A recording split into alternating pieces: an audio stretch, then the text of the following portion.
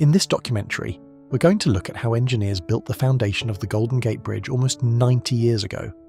To build the South Tower, engineers had to work in deep water with extremely strong tidal currents.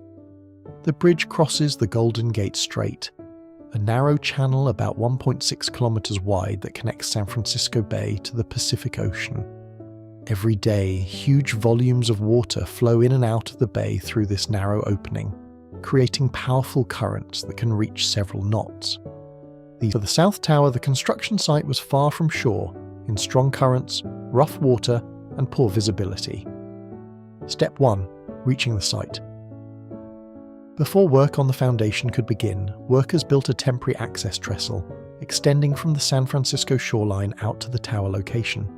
This structure allowed crews to transport workers, equipment, and construction materials to the site safely. The temporary trestle stretched about 1,100 feet from the shoreline to the tower site, making it a critical lifeline for the entire construction operation. Engineers first had to prepare the seabed at the tower location. Working from a barge equipped with a derrick, they began excavating the ocean floor in deep, fast-moving water. A massive steel shaft weighing several thousand pounds was repeatedly dropped onto the seabed, chipping holes into the extremely hard rock below. Once a hole was formed, explosive charges were carefully lowered inside and detonated, breaking apart the rock layer by layer. Step 2. Building protection around the foundation site. Because the Golden Gate Strait has extremely strong tidal currents and heavy ship traffic, engineers could not build the tower foundation directly in open water. To protect the construction site, they first built a massive oval-shaped protective fender wall around the future tower location.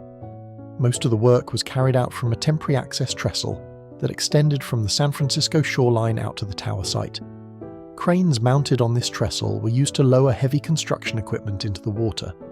First, workers lowered steel guide frames down to the seabed. These frames acted as positioning structures, helping hold the construction forms in place, despite the powerful currents moving through the strait. Divers working deep below the surface then secured the frames to the ocean floor and carefully aligned them. Next, steel form panels were installed inside the guide frames. These panels created a box-shaped mold that would hold the concrete while it hardened underwater. After the forms were secured, engineers lowered a tremie pipe from above. Concrete was poured through this long, vertical pipe so it could flow directly into the forms without mixing with the surrounding seawater. The concrete filled the mold and slowly hardened, forming a large underwater concrete block. This process was repeated many times. Block after block was added, and the wall gradually grew layer by layer from the seabed upward. As the wall continued to rise, it eventually extended above the water surface, forming a massive enclosed structure. Workers later called this enclosure the bathtub. This protective fender wall stabilized the construction area, reduced wave forces, and shielded the future tower foundation from the powerful currents and heavy ship traffic passing through the Golden Gate Strait. After the protective fender wall was completed, the construction area inside was still filled with seawater. Before building the foundation, engineers first created inspection wells at several points across the site. These were narrow vertical holes that allowed them to check the condition of the bedrock and make sure it was strong enough to support the structure. Once the ground was confirmed, workers began filling the area with concrete using long tremie pipes. The concrete was poured underwater and spread across the bottom, gradually building up layer by layer. As the level rose, the foundation became thicker and more stable. When enough concrete had been placed, the remaining water was pumped out, turning the site into a dry construction area. Workers then added steel reinforcement and completed the foundation with additional concrete. The pier structure was then constructed inside the fender, where concrete was placed to form a solid, massive core. Within this concrete, embedded metal frames were installed along with steel tabs that extended above the surface of the pier. These steel elements were carefully positioned to connect directly with the tower structure that would be built above, acting as the critical link between the foundation and the rising bridge tower. Once the pier was fully completed, the surrounding process was finalized by allowing seawater to flow back into the channel between the fender wall and the pier. This was not accidental. It was a deliberate engineering decision.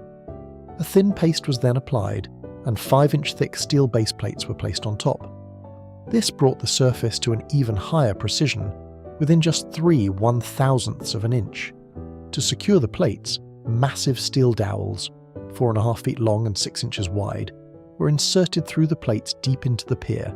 They were locked in place using a thin cement mixture called grout.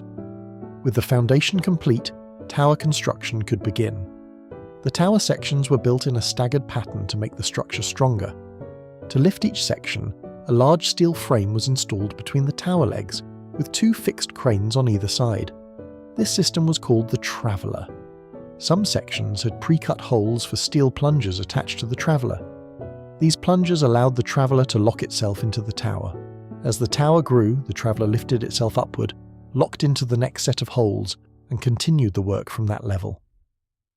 These holes were spaced about 35 feet apart, and the Traveller repeated this process around 15 times until it reached the top of the tower.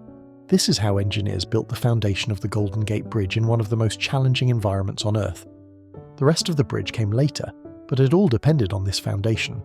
Thanks for watching, subscribe for more,